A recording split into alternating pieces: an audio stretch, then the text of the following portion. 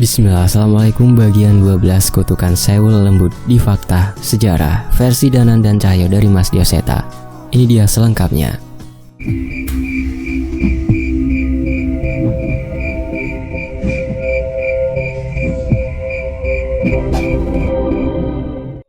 Dirga tidak menyia-nyiakan kesempatan yang diberikan Guntur itu. Sekali lagi dengan seluruh tenaganya, ia menarik keris Dasa Sukma hingga kembali ke genggamannya. "Lari!" perintah Guntur. Dirga mengikuti perintah Guntur dengan membawa keris Dasa Sukma. Tapi hanya dengan sebuah gerakan, tiba-tiba keris Dasa Sukma sudah terlepas dari genggaman Dirga lagi dan kembali ke sosok itu. Dirga terhenti, ia menoleh ke arah sosok yang semakin kuat itu. Melihatnya saja mereka berdua yakin bahwa mereka saja tidak bisa menghadapi sosok itu. Sebentar lagi kekuatanku pulih. Saatnya Trah Paku Jagar kembali berkuasa, teriak sosok itu sembari mengangkat keris Dasa Sukma, seolah keris itu memang miliknya. "Gimana? Kita rebut lagi keris itu?" tanya Guntur. "Enggak, kita pergi. Ini di luar kuasa kita. Kita butuh bantuan," ucap Dirga. "Tapi kerismu?" Sudahlah, cepat lari sebelum terlambat." Guntur lega mendengar ucapan itu. Mereka pun bergegas meninggalkan gua yang hampir runtuh itu. Membiarkan pemilik keris ini sebelumnya hidup, sepertinya bukan hal bagus, ucap sosok itu. Tepat beberapa saat setelah Dirga dan Guntur meninggalkan gua itu, tiba-tiba bayangan keris hitam melayang melesat ke arah mereka. "Menghindar!" teriak Dirga. Guntur merespon dengan cepat dan menghindari serangan itu. Mereka pun menoleh ke arah gua dan mendapati sosok yang mengaku dari Trah Paku Jagar itu sudah berada tak jauh di belakang mereka. Gawat. Kali ini tidak hanya satu, tapi ada lebih dari 5 bayangan keris hitam yang melayang menyerang mereka. Dirga terlihat geram. Ia tahu dengan pasti bayangan keris itu adalah bayangan keris Dasa Sukma. Terang. Belum sempat bayangan keris itu menyentuh kedua pemuda itu, tiba-tiba sebuah serangan mementalkan bayangan keris itu. "Jangan harap kau bisa melukai cucu-cucuku!" Seorang nenek yang terlihat rentak tiba-tiba melesat menghadang makhluk dari Trah Paku Jagar itu. "Eyang, Nyai Jambrong." Guntur dan Dirga cukup lega melihat Nyai Jambrong tidak menyusul mereka. "Nyai Jambrong, aku tahu tentangmu. Tak kusangka kau sudah setua ini." "Cuy!" Nyai Jambrong membuang ludah seolah enggan menanggapi ucapan sosok itu. "Kekuatanku belum pulih. Aku akan menemuimu lagi saat Trah Paku Jagar sudah kembali bersatu." Sosok itu pun berpaling. Ia menarik kekuatan dari Siti Kawaruhan dan tiba-tiba menghilang dari pandangan mereka. Melihat itu, Nyai Jambrong segera berpaling dan melangkah kembali ke tempat teman-teman mereka berada. Nyai tahu sosok itu siapa?" tanya Dirga. "Iya, Eyang. Dirga harus merebut pusakanya kembali," tambah Guntur. Nyai Jambrong menghentikan langkahnya dan menoleh ke arah kedua pemuda itu. "Siapapun dia, kebangkitannya menandakan bahwa latihan kalian akan jauh lebih keras setelah ini," ucap Nyai Jambrong. Sementara itu, kembali ke sudut pandang Danan di Astana Giridanyang. Kobaran api membakar seluruh wilayah sekitar runtuhan Astana Giridanyang. Asap hitam dan udara panas menyelimuti medan perang yang seharusnya sudah hampir menemui ujungnya. "Nyi, apa kita tidak bisa memadamkan semua api ini?" tanyaku yang benar-benar mulai kesulitan bernafas dengan semua hawa panas ini. "Hujanku tidak pernah berhenti sama sekali sejak tadi. Itu alasan kalian masih bisa bertahan dari panas api ini," benar ucapan Nyi Sendang Rangu. "Aku tahu seganas apa api Banaspati milik Raden Sengkuni ini. Bila kami tidak dilindungi oleh air Sandang Rangu yang meredakan suhu tempat ini, mungkin kami sudah terbakar hingga ke tulang-tulang." "Cahyo, bantu aku," ucapku sembari memberi isyarat padanya. Ia menganggukkan dan segera mengambil posisi untuk melemparkan tubuhku ke arah Raden Sengkuni. "Hajar dia, Danan!" teriak Cahyo sembari melemparkanku dengan tenaga Wonosuro yang sudah kembali ke tubuhnya sejak tertarik ke alam Siti Kawaruhan. Kilatan putih menyala dari keris Raga Sukma. Dengan tenaga Cahyo, Aku melesat dengan cepat, menghujamkan keris pusaka ini ke tubuh Raden Sengguni yang masih melayang di udara. Serat! Dengan mudah Raden Sengguni menghindari seranganku hingga tubuhku melesat jatuh melewatinya. Namun, seranganku belum selesai. Saat ia menyerangku, kilatan cahaya keris Raga Sukma sudah bersiap menusuk punggung Raden Sengguni. Itu adalah sukmaku. Kau lengah, ucapku sambil menusukkan keris itu. Tapi sekali lagi aku gagal. Ia seperti sudah membaca siasatku dan menghindari seranganku dengan mudah. Walau begitu, Cahyo juga sudah melompat menyusulku dan menghantamkan pukulannya pada Raden Sengguni. Serat! Cahyo hanya memukul angin, sama sekali tidak menyentuh Raden Sengguni. Sebaliknya, Raden Sengguni mengangkat tangannya dan menghantamkan ke tubuh Cahyo. Aku dan Cahyo terkapar di tanah. Siasat kami tidak berhasil sekalipun menyentuh Raden Sengguni. Tidak bisa. Raden Sengguni sudah menguasai sepenuhnya ilmu pengaruhku. Ia bisa mengetahui apa yang terjadi beberapa saat ke depan. Teriak Kimpul memperingatkan kami. Budi tidak percaya. Ia yang sudah menantang Raden Sengguni dengan melemparkan jasad Birawa ke hadapannya, kini melompat dengan beringas dan mengincar sayap hitam Raden Sengguni. Mamang Gondrong, jangan gegabah! Teriak Cahyo. Dengan belati di genggamannya, Budi yakin setidaknya ia bisa merobek sayap hitam yang terus membuat Raden Sengguni melayang hingga tak terjamah. Kalian benar-benar tidak sadar diri. Belum sempat Budi menggoreskan belatinya, tiba-tiba Raden Sengguni sudah berada di belakang Budi. Ia menangkap kaki Budi, memutarnya dan membantingnya ke tanah. Awas! Beruntung Cahyo dengan sigap menangkap tubuh Budi, walaupun saat ini mereka berdua menahan sakit dari serangan Raden Sengguni. Tidak bisa, dia tidak bisa dikalahkan dengan siasat murahan, ucap Gama. Raden Sengguni tertawa dan melihat menatap kami semua. Aku sudah melihat apa yang akan kalian perbuat. Tunjukkan, keluarkan semua makhluk andalan kalian. Akan kuhabisi mereka di tempat ini, kata Raden Sengguni. Sial. Apapun yang kami lakukan, Raden Sengguni sudah mengetahui ujungnya. Bagaimana cara kami melawan kekuatan itu? Tidak ada ilmu yang sempurna. Walaupun kau bisa mengetahui apa yang kami lakukan, aku tidak percaya kau bisa menahan kami, kata Cahyo yang melangkah maju menantang Raden Sengguni. Aku mengetahui maksudnya dan meminta Nyi Sedang Rangu untuk memastikan hujanya tetap siap untuk apa yang akan Cahyo lakukan. Cahaya langit menyatu dengan nirwana, penghancur nestapa, pelindung hutan. Dengan ini aku memanggil sang pelindung alas Wanomarta. Wonosuro! Teriakan Cahyo menyatu dengan suara raungan seekor kera raksasa yang kembali muncul di bawah rintikan hujan Nyi Sedang Rangu. Memangnya selama ini memanggil Wonosuro harus pakai ucapan begitu? Tanya Budi, masih dengan tatapan dinginnya. Enggak sih Mang, biar keren aja, kayak Kimpul dan teman-temannya. Tanpa berbicara sepatah kata pun, Budi berbalik badan dengan menggeleng meninggalkan Cahyo. Mukamu itu maksudnya apa? Protes Cahyo. Aku pun menepuk pundak Cahyo dan memenahannya. Sudah, kita sudah tidak bisa menahan diri. Gelang Gengge sudah tergenggam di tangan Gama. Sekali lagi Gama membunyikan gelang itu dan memijakkan kaki ke tanah. Tring, tring, tring. Kita selesaikan sekarang, Mayong Hideng.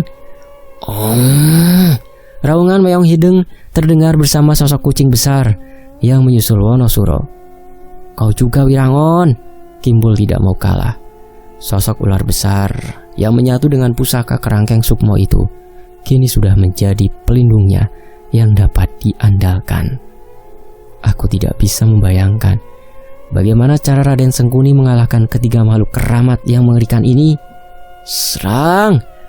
Ketiga makhluk raksasa itu menerjang secara bersamaan menghadapi Raden Sengguni. Kecepatan Wirangon menyelinap membuatnya sudah berada di belakang Raden Sengguni. Namun patukan ularnya dapat dihindari dengan kecepatan yang melebihinya. Mayong Hideng tak membiarkan Raden Sengguni membentuk serangan dan menghantamkan cakar besarnya ke makhluk bersayap itu. Tapi dengan mudah, Raden Sengguni melesat dan menabrak kucing raksasa itu hingga terpental. Walau gagal, serangan mereka berhasil membuat celah. Sekarang Wonosuro, Cahyo sudah membacakan ajian penguat raga pada sahabatnya itu. Sebuah pukulan dengan kekuatan yang tak dapat dibayangkan kini tak dapat terelakkan oleh Raden Sengkuni. Buak! Berhasil. Pukulan kuat Wonosuro berhasil mendarat di tubuh Raden Sengkuni. Tapi ada yang aneh. Tidak ada tubuh yang terpental dari serangan itu. Dan benar saja, saat asap dari pertarungan itu menghilang, terlihat Raden Sengkuni tengah menahan serangan Wonosuro hanya dengan satu tangannya. Tidak mungkin. Yang tercepat, yang terkuat ia kalahkan begitu saja, ucapku. Sudah sepantasnya kalian putus asa, ucap Raden Sengkuni. Aku menggenggam erat kerisku, tak mampu memikirkan bagaimana melawan sosok seperti Raden Sengkuni ini. Kali ini bukan hanya adu kekuatan. Mereka belum selesai, ucap Nyi Sendangrangu. Di tengah keraguanku, tiba-tiba beberapa luka goresan muncul di tubuh Raden Sengkuni. Sekarang, teriak Kimpul. Secara bersamaan tiba-tiba dari belakang Meong Hideng dan Wonosuro mencengkeram sayap Raden Sengkuni dan merobeknya. Pluk! Raden Sengkuni jatuh berlutut di tanah. Sayap lowo irengnya rusak. Namun aku tahu itu akan pulih dengan cepat. Apa yang kalian lakukan? Tak mungkin kalian lolos dari pengaruhku, geram Raden Sengkuni. Raden bodoh, mana mungkin kami bocorkan siasat kami? Aku menoleh pada Gama yang bersebelahan dengan Timpul. Ia menggunakan sorban yang diberikan oleh Abah, ayah dari Dirga. Sepertinya aku bisa menebak bahwa kekuatan sorban itu mampu menyembunyikan keberadaan mereka berdua dari pangawruh Raden Sengkuni. Dan pusaka kerangkeng Sukmo bisa menyegel sementara pangawruh Raden Sengkuni. Kita masih ada kesempatan. Aku mengajak Nyi Sendangrangu untuk membantu mereka. Tapi belum sempat kami melakukan apapun, Raden Sengkuni melebarkan kedua tangannya. Kalian terlalu berbahaya bila dibiarkan hidup. Saat Wirangon dan Wonosuro kembali membentuk serangan, tiba-tiba dua jasad melayang mendekat ke tangan Raden Sengkuni. Itu jasad Birawa, ucap Budi. Jasad Raden Brotoseno? Geram Cahyo yang cemas bila Raden Sengkuni bisa membangkitkan lagi sosok itu. Tapi tidak, kali ini lebih mengerikan. Raden Sengkuni memecah sukmanya seperti yang Baron lakukan. Tapi kali ini sukma itu menyatu dengan kedua jasad dari makhluk terkuat itu. Apa itu? Gama merasakan firasat yang sangat buruk. Ajian pecah sukmo. Tapi dengan menggunakan kekuatan jasad itu, pecahan sukmonya tidak lebih lemah dari tubuh aslinya, ucap Kimpul. Sial, Cahyo tidak mau mengulur waktu dan maju bersama Wonosuro untuk mencegah rencana Raden Sengkuni itu. Tapi terlambat. Dengan mudah Raden Sengkuni menahan serangan Wonosuro lagi. Buak, buak. Ketiga makhluk keramat andalan Gama, Cahyo, dan Kimpul terpental begitu saja melawan ketiga Raden Sengkuni itu. Mana tubuh aslinya? Tanya Budi. Benar, kali ini kami tidak bisa membedakan lagi mana tubuh asli Raden Sengkuni. Banaspati di belakang tubuh ketiga Raden Sengkuni berputar, seolah bersiap melakukan serangan. Namun, Wirangin, Wonosuro, dan Gama menyerang mereka untuk mengalihkan serangan itu. Blar, blar, blar. Kobaran api kembali mengarah ke arah kami. Namun dengan sigap Nyi Sendangrangu membuat perisai untuk menahan serangan itu. Walau begitu, Nyi Sendangrangu terlihat kewalahan. Sepertinya ia belum tentu bisa menahan serangan itu lagi. Danan, pisahkan mereka sampai Kimpul bisa menemukan mana tubuh yang sebenarnya, ucap Nyi Sendangrangu. Benar, itu cara terbaik. Walaupun kekuatan Raden Sengkuni begitu kuat, cara terbaik tetaplah melawan satu persatu. Serat! Keris Raga Sukma melayang mengejar Raden, salah satu sosok Raden Sengkuni. Ia dengan mudah menghindarinya, namun setidaknya itu cukup mengalihkan perhatiannya. Timbul, sekali lagi, cari tahu mana sosok yang sebenarnya. Sampai kau dapat jawabannya, kita akan pisahkan Raden Sengkuni dan menahannya, ucapku. Benar, aku juga mendapat firasat akan ada petunjuk untuk mengalahkannya, ucap Gama. Tapi tanpa pengaworo, aku tidak bisa mengetahui tubuh asli Raden Sengkuni, ucap Kimpul. Di tengah keraguan Kimpul, beberapa pendekar berbaju ningrat menggenggam pundak Kimpul. Kau tidak sendiri, pasti ada cara untuk mengetahuinya. Kimpul menoleh kepada pendekar berdarah ningrat itu dan menatap wajah mereka. Kalau bukan seorang Raden Rahardian yang melakukannya, maka tidak ada lagi yang bisa, ucap seorang lainnya. Aku belum mengenal mereka, tapi aku tahu mereka adalah orang-orang hebat yang bisa membawa Kimball menjadi skuad ini. Kimball pun mengangguk. Kini kami sudah sepakat untuk memisahkan ketiga Raden Sengkuni dan menahannya satu persatu. "Sekarang giliranku," ucap Gama. Ia melepas sorban yang terlilit di lehernya dan mengibaskannya beberapa kali. Ada sebuah doa yang dibacakan oleh Gama yang aku tahu bahwa ini adalah cara bagaimana ia bisa bersembunyi dari pengaruh Raden Sengkuni. "Sekarang," bisik Gama. "Wow!" Dengan perintah Cahyo, Wonosuro menghantam sekuat tenaga tubuh Raden Sengkuni. Ia terseret, namun sama sekali tidak terluka. Menyusul serangan itu, seketika hujan Nyi Sedarang berubah menjadi kabut bercampur dengan asap dan menghalangi penglihatan kami semua. Aku dan Cahyo menyusul Wonosuro dan memulai pertarungan sengit dengan Raden Sengkuni yang pengaruhnya masih tertahan oleh ajian milik Gama. Orang-orang bodoh. Bliar. Sekali lagi kobaran api dari Banaspati Raden Sengkuni menyerang kami. Namun dengan sigap Wonosuro kembali melompat dan membawa tubuh kami menjauh. Serangan itu menimbulkan angin yang besar dan menyibakkan kabut dan asap. Raden Sengkuni pun tersadar. Kini kami tersadar berada di bekas hutan yang sudah terbakar dan jauh dari yang lainnya. "Kalian bercanda?" tawa Raden Sengkuni. Jelas ia meremehkan kami. Dua orang manusia bodoh dan dua roh tua mau melawanku. "Ya, kami tidak bercanda. Tidak ada yang mustahil di dunia ini. Kami sudah melalui berbagai pertarungan, bahkan melawan sosok yang mengaku sebagai dewa. Dan selama kami masih mengandungkan diri kepada Yang Maha Pencipta, kami yakin kami tidak akan kalah." Sementara itu, rintikan hujan beradu dengan kobaran api Nyi Sedarang mengerahkan semua kekuatannya untuk menahan Banaspati Sengkuni yang terus membakar apa yang ada di sekitarnya. "Jangan lengah. Kekuatannya tidak lebih lemah dari lawan-lawan kalian sebelumnya," ucap Nyi Sedarang. Kami setuju dan memang sudah bersiap dengan semua yang kami miliki.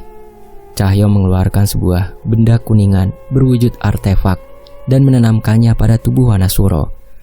"Kita gunakan ini sekali lagi," ucap Cahyo pada Wonosuro. Wonosuro menggeram. Beberapa bagian tubuhnya bercahaya dan memunculkan pusaka pelindung emas di pergelangan tangannya.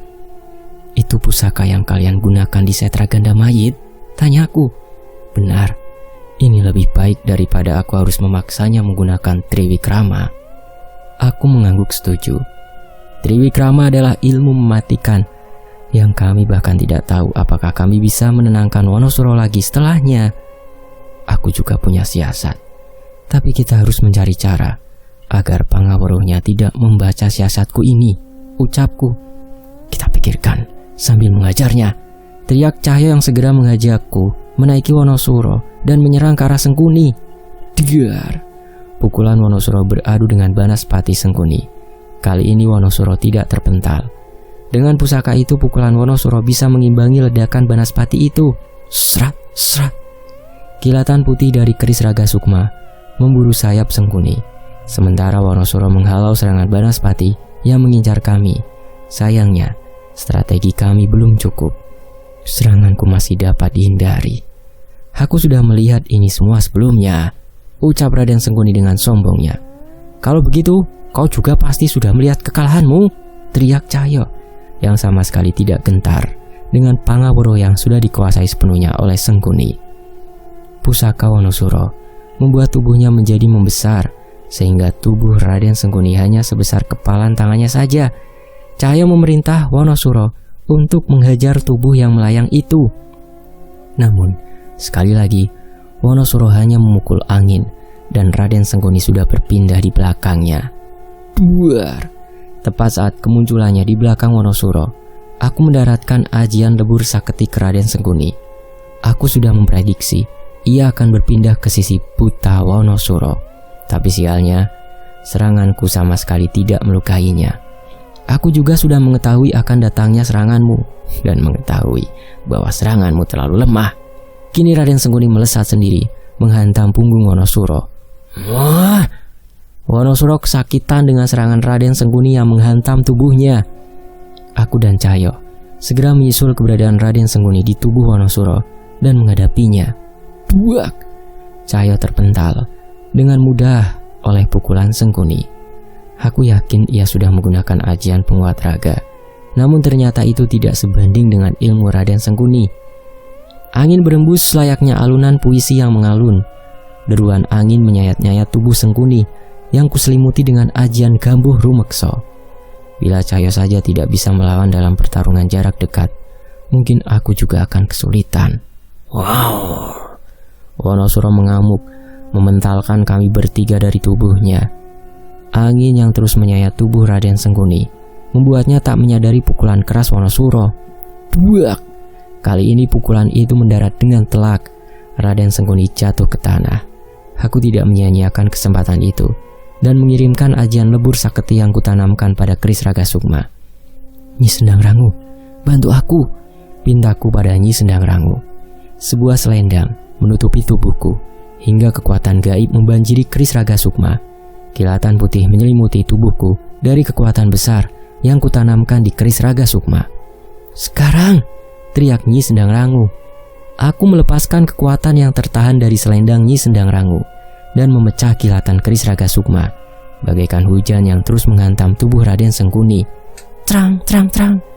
Ratusan kilatan berwujud keris Raga Sukma menggantikan tetesan hujan Nyi Sendang Rangu yang terus menghujani Raden Sengguni. Ia menghindari dan menangkis serangan itu, namun tetap saja ada serangan yang berhasil menembus pertahanan dan melukai tubuh dan sayapnya.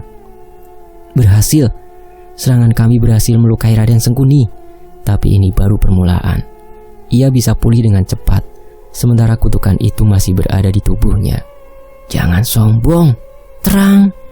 Sebuah kibasan besar menghalau semua seranganku. Aku mencoba menahan kilatan itu agar terus menyerang Raden Sengguni, namun gagal. Aku sudah melihat kematian kalian yang hangus menjadi debu dengan apiku. Tak ada kemungkinan kalian akan menang, ucapnya. Aku lebih percaya ramalan nomor togel daripada pangabaruhmu, teriak Cahyo yang kembali mengendalikan Wonosuro untuk menyerang Sengguni. Benar, lagi pula kami sudah tahu cara untuk melawanmu, tambahku. Serangan Wonosuro dan hujan keris Raga Sukma tadi merupakan percobaan kami. Mungkin Sengguni bisa melihat terjadinya serangan itu, namun kami hanya perlu memberinya serangan yang tak bisa ia hindari. Jangan pikir aku bisa dikalahkan dengan jurus kacangan kalian, ucapnya sembari memainkan dua bola api di tangannya. Duar, duar. Sekali lagi Wonosuro menahan serangan sekuat itu untuk melindungi kami. Aku tidak diam saja dan memisahkan sukmaku dari raga. Dengan sigap aku mengincar titik Buddha Raden Sengguni dengan wujud sukma, namun ia dengan mudah membacanya.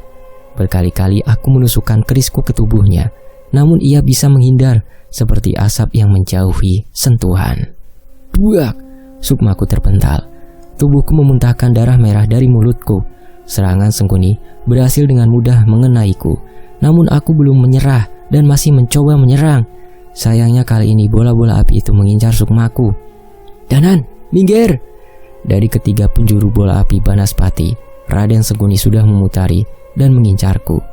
Aku mencari cara melarikan diri, namun terlalu sulit. Biar sukmamu yang hancur lebih dulu, ucap Raden Sengguni yang memberi isyarat bola api itu menyerangku. Buar, berbuar. Asap mengepul menutup pemandangan kami. Aku sempat mengira bola api itu akan membakarku hidup-hidup, namun ternyata aku salah. Sosok bola api besar melindungiku dan melahap ledakan yang hendak mematikanku. Setelahnya ia bergegas, menembus asap dan meledak tepat di tubuh Sengguni yang tak menyadari kehadirannya. Duar! Raden Sengguni tidak menyadari kedatangan serangan itu. Bola api itu pun berubah menjadi sosok Rangda yang sangat kukenal. Dialah Bliwaja. Bliwaja kembali mundur setelah melancarkan serangan. Ia memperhatikan Sengguni masih memulihkan diri setelah ledakan sebesar itu. Aku lupa memberitahu kalian, aku sudah tidak bisa mati, sombong Raden Sengguni. Bliwaja, ucapku yang segera menghampiri Bliwaja. Bersiaplah, ucap Bliwaja. Tapi Jagat, tanyaku. Dia sudah sadar. Dia ingin menemui Nyi Sendang Rangu, ucap Bliwaja. Entah apa yang terjadi, Hanya dengan bertatapan, Beli Wajah bisa menjelaskan sesuatu pada Nyi Sendang Rangu. Kalau kalian punya serangan pamungkas, gunakan sekarang. Aku bisa menahan ilmunya dengan ini, perintah Beli Wajah yang mengeluarkan gulungan serat lontar bertuliskan aksara Jawa. Apa itu? Tanyaku. Harusnya kalian paling ahli soal ini. Ini adalah gulungan yang menceritakan suatu tempat, sedikit kekuatan yang masih menyelimuti serat ini. Bila aku menggunakannya, aku bisa membawa serpihan alam itu dan membuat pengaruh Sengkuni tertahan sementara. Ini juga mungkin bisa menjadi cara kita mengalahkan Raden Sengkuni. Jelas Beli Wajah.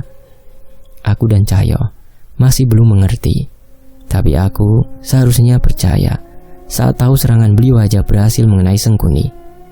Pikirkan saja, apa kekuatan membaca masa depan bisa berguna di ruang yang tak terbatas oleh ruang dan waktu, ucap Beli Wajah.